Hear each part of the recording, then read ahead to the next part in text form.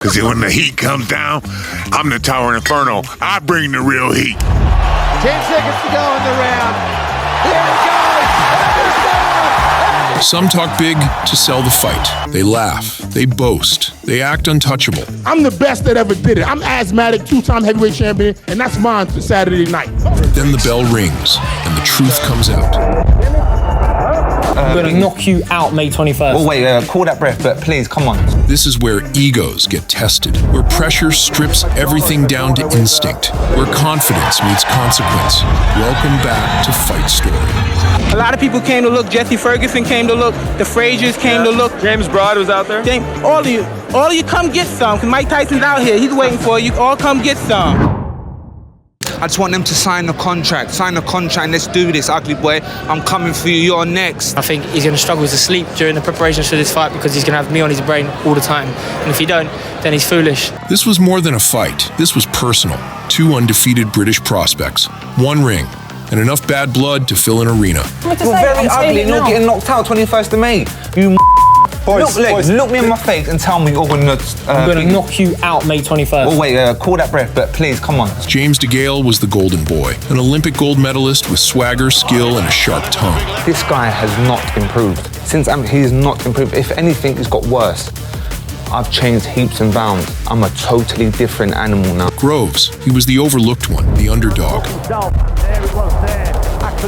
The so-called ugly kid who wasn't supposed to be on DeGale's level. Don't matter what he thinks. I know I'm going to knock him out within 4 rounds when it happens. So bring it on, ugly boy. Bring it on, you ugly boy. Bring it on. But from the moment the bell rang, Groves had a plan. He boxed on the back foot, made DeGale miss, and picked his spots with pinpoint counters. Olympic triumph, of course. Left hand come in from Groves and then a right hand. DeGale pressed forward, looking to impose his will, but his punches often hit air or gloves. Round after round, the fight stayed close. Neither man gave much away. But Groves gave just enough to edge it. Is he capable of doing it? Cleaner shots, smarter movement, better timing. When the final bell rang, DeGale looked confident, but Groves knew, majority decision, George Groves. The better man had his hand raised. Adam, I told everyone from the start, I've been here before. They ripped me off before our first fight, and I showed that he can't beat me. No, I can't lose. I will not let anyone beat me. Special. Common. Some endings write themselves.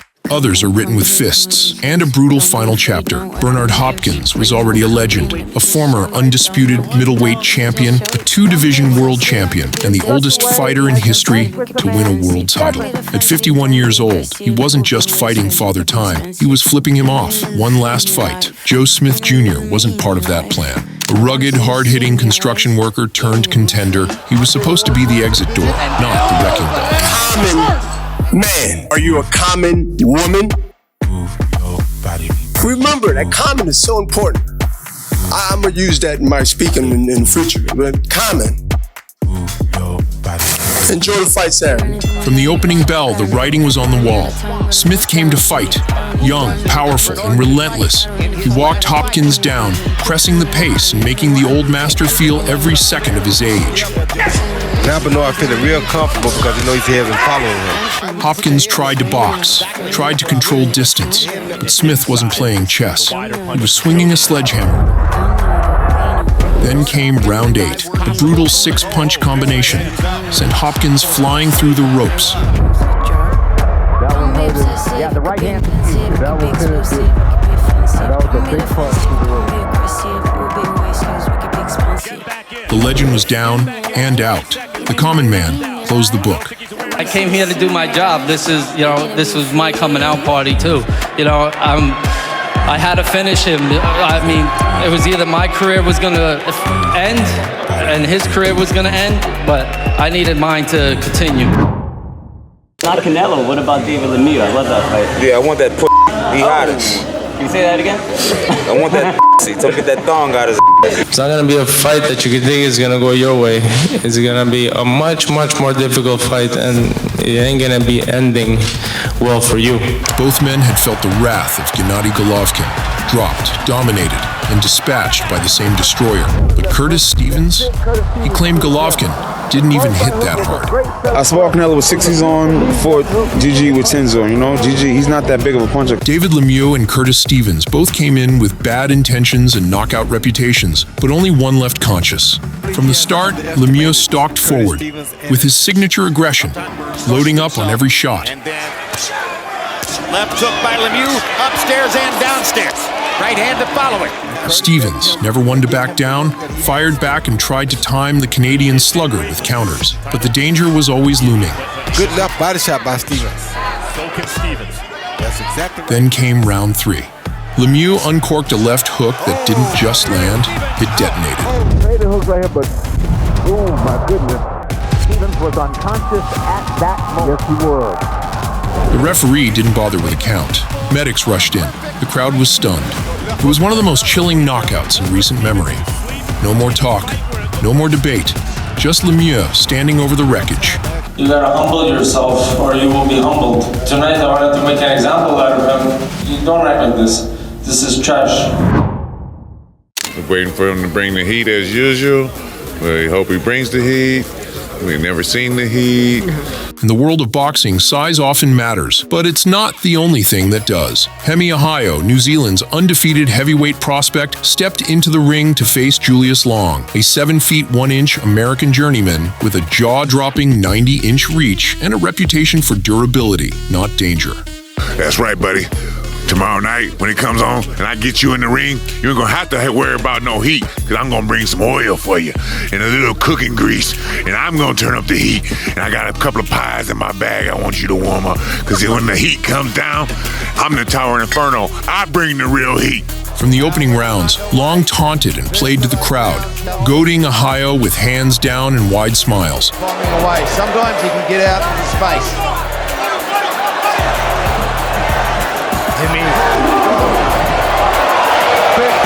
Then came round 4, a shocker. Long landed a sneaky right hand that dropped Ahio for the first time in his career.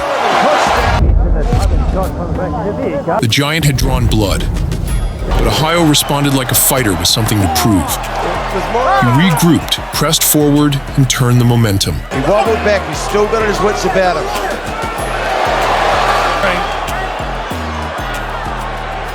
Sticking to his guns, roll. Oh, look at that shot. That's one of meaning. By round 7, he had Long trapped against the ropes and unloaded a barrage of unanswered punches. I think he's going to get up. I think it'll be like George Foreman, just down out of sheer exhaustion. How has he not gone down? The ropes are keeping him up. 10 seconds to go in the round. Here he goes. And he's down. And he's down. It wasn't the walkover many expected. Ahio had to get off the floor and go through fire to get it done. You win by KO, Hemi, Ahio! Sam Maxwell stepped into the ring against flashy Frenchman Sabri Sediri for the vacant WBO European title. But things quickly spiraled. Maxwell was dropped twice, outboxed, outpaced, and chasing shadows for most of the fight. Sediri knew it. The crowd knew it. So he started to taunt. Hands down, chin up, showboating. Like the win was already signed and sealed. Then karma came calling. With less than 15 seconds left, Maxwell, bloodied, bruised, but unbroken, launched one final Hail Mary.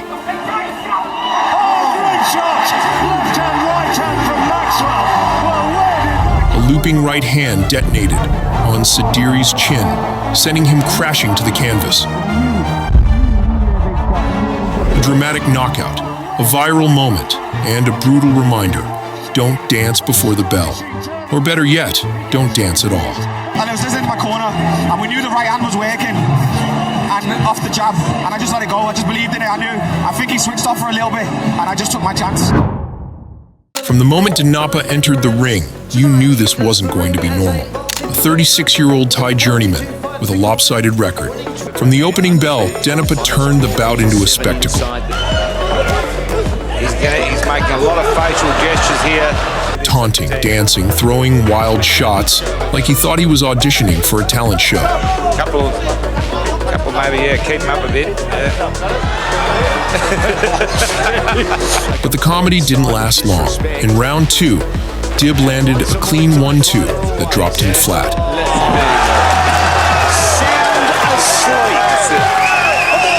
That's a big victory.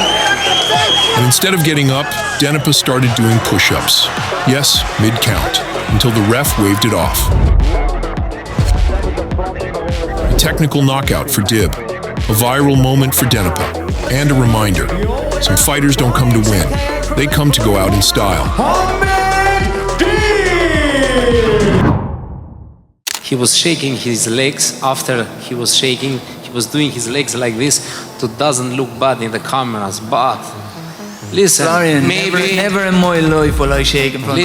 Listen, shut up and listen. Florian Marku didn't come to box. He came to make a statement. Maybe you think all this talk, but when you see me in there and before the bell rings, you're gonna understand that, oh my God, this guy is not about this, not joking. After a heated build-up, the tension was palpable. Marku, the unbeaten Albanian southpaw, had been out of the ring for over a year. Across from him stood Ireland's Dylan Moran, a fighter who believed he could derail the hype.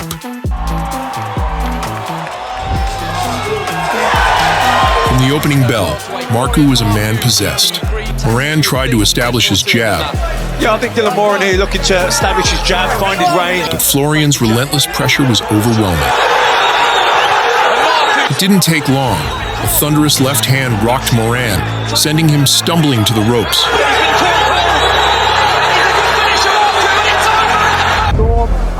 There's the left hand, got him. Yeah, see it again there, just slipped outside the jab. The fight was over in just 54 seconds. Florian Marku didn't just win, he sent a message to the welterweight division. Always, I find my way, doesn't matter. Strong, weak, tall, short, I find my way to beat them, you know? It started with a push, a kiss, and then a slap. Gary Spike O'Sullivan and Anthony Fitzgerald had been jawing at each other for years. To be honest, I think he hasn't got the balls to show up the last time. Local pride, gym beef, Dublin versus Cork. The kind of bad blood that doesn't need a belt to matter. I don't think he claims he's going to come in for a war. I don't think he is going to come for a war, because I don't think he'll have the balls to come in and have a war, because that's all I do is fight. Then the bell rang. And off we go. And within 75 seconds, it was over. It's O'Sullivan that's carrying that extra weight. And it's counted there. Right hand. Spike uncorked a right hand that turned Fitzgerald's legs to rubber. Loading up. Fitzgerald. He didn't just silence Fitzgerald, he erased him. One round, one uppercut, one grudge buried under the lights in Dublin. I wasn't expecting that start, no. I thought now it went on a little bit further myself, but I wasn't expecting that, you know. Tú no eres nadie, maricón. Deme respeto a mí. Deme respeto a mí. No te me acerques más que te voy a pegar un golpe. No te me acerques más. Deme respeto a mí, maricón. ¿Ese qué? Si a la mujer que se hago huevo para eso. Heading into the fight, Oscar De La Hoya was coming off a 20-month layoff. Many believed his best days were behind him. He hadn't fought since losing to Bernard Hopkins and was stepping back down to 154 pounds, a risky move for a fighter with nothing left to prove. Era vago cuando era jefe de pandilla y me agarraba con puñales. Y esto es con hecho, no es mentira. Ricardo Mayorga, on the other hand, was the reigning WBC light middleweight champion, known for his wild style, iron chin, and outrageous trash talk. Dile a tu mujer que te dé huevo en la mañana para que te pares a pelear conmigo. No te vayas a tirar como cuando te tiraste con Bernard y Playo. He saw De La Hoya as an aging star ripe for humiliation. 70. Cuando le pegue Hoya, lo voy a sentar y lo poner a orinar. From the opening bell, De La Hoya fought like a man possessed. In the very first round, De La Hoya dropped him with a perfect left hook. Very short punch right here, because Mayorga has to have too much. He went after Oscar and ran into that right hand, and then that tremendous left hook by Oscar. Mayorga got up, grinning through the pain, but the smile faded quickly. He's won all 3 rounds.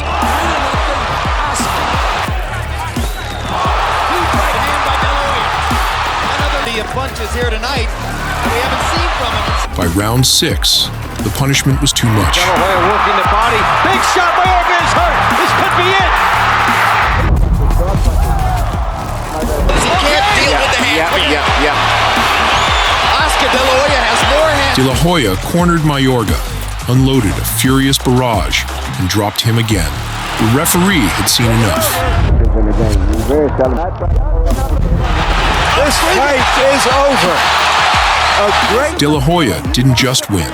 He dismantled his loudest critic in devastating fashion. I had him down in the first round. When I knocked him down, boom, and he's looking at me like, I go, F you, I'm gonna let you go about a few more rounds just to make you suffer. I plan on boxing Tyson too. I think that I can box as good as he can, and I'll keep him in the middle of the ring, and I can punch if not better than Tyson.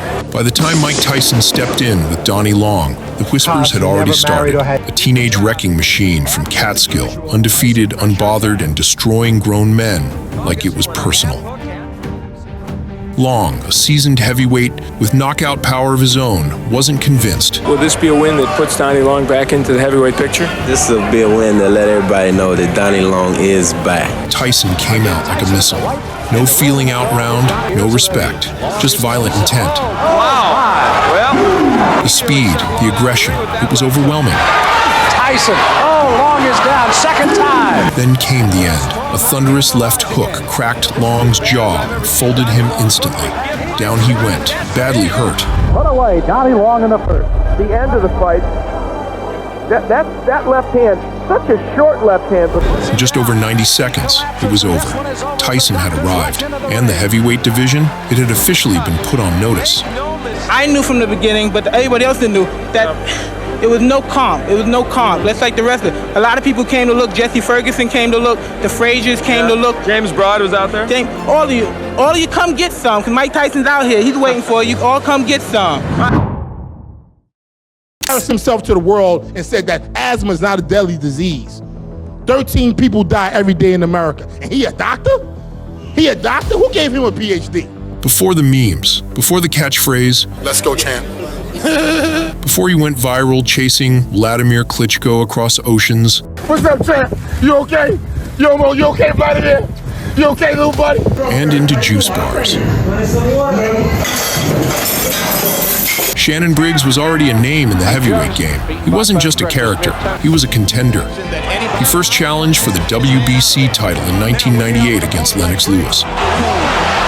Then came redemption, an unforgettable 12th round knockout over Sergey Liakovich to claim the WBO belt. It's down through the ropes onto the scorer's table. A world champion, a puncher with real credentials. So when he stepped in to face Vitali Klitschko, it wasn't a gimmick. Briggs came in as a serious threat.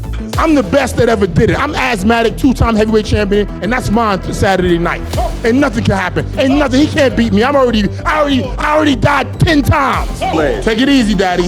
Take it easy, daddy. Take it easy, daddy. You know I don't play that. You know me. But once the bell rang, it was all Klitschko. Better matters here. Good right from Klitschko, but Briggs counters with a left.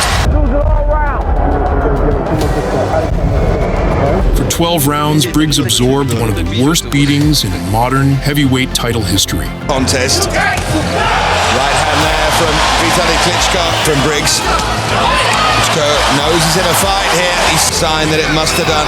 Left hand that time from Klitschko. He barely threw back, but he never hit the canvas. His only way. And Klitschko again with that chopping right. Briggs' right eye was swollen completely shut, his ribs fractured from the relentless bodywork, and the punishment only escalated. That's a big right for Klitschko. He endured a shattered orbital bone, a broken nose, torn biceps, nerve damage that would linger long after the final bell. He has won every round. Most fighters would have hung up the gloves, but Shannon Briggs wasn't most fighters. As you can see, I look great. You know, I'm ugly, but I'm funny. So nothing's changed, you know.